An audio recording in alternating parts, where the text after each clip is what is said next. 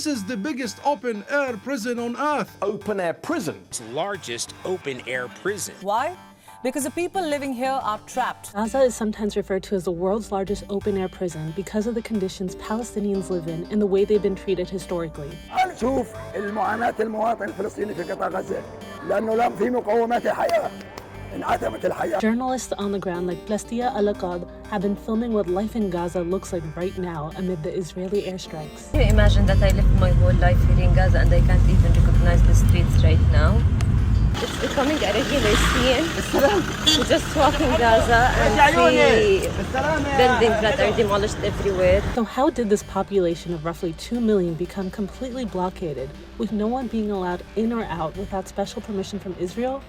We asked Noura Erekat, a Palestinian-American and human rights attorney, to explain. Since 1967, it has been under Israel's military occupation, and for the past 16 years, it's been under a debilitating naval blockade and land siege that has limited the amount of food that can enter, that has limited medical access. Anybody who needs medical access needs to obtain a military permit in order to obtain it.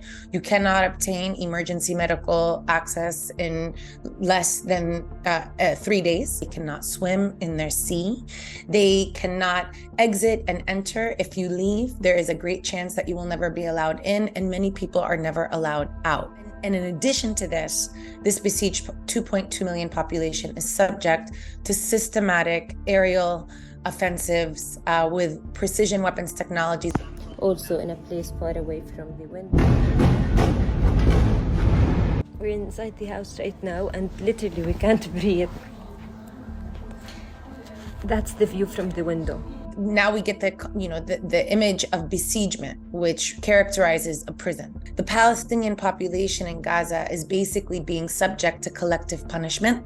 In response to Hamas's electoral victory in 2006, Israel imposed a comprehensive siege on the Strip, and then that was reified by US and European backing. In essence, this is telling the Palestinians that they are being punished for a democratic election of Hamas into power. It immediately violates Article 33 of the Fourth Geneva Convention, preventing collective punishment. Israel, as the occupying power of the Gaza Strip, cannot also claim self-defense against a territory where it has the duty and the responsibility to protect the civilian population. I'm trying to explain the situation, but I don't know what to say exactly.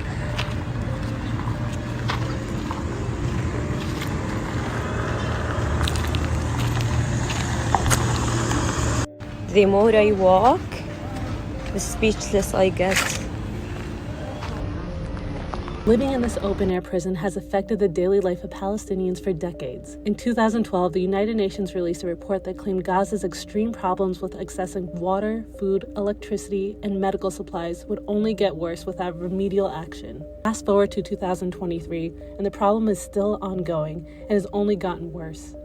Gaza's population has risen to more than 2 million people. Approximately 1/10 of the population is currently displaced with little food, water, and electricity.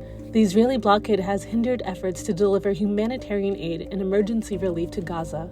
Gaza is completely dependent on Israeli control, completely. And in addition to that, can control how much even gas Gaza can use, electricity available to people.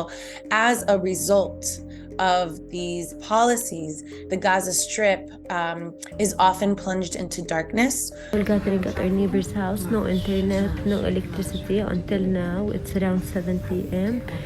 We literally don't know what's happening in the world. Here we're just listening to bombs.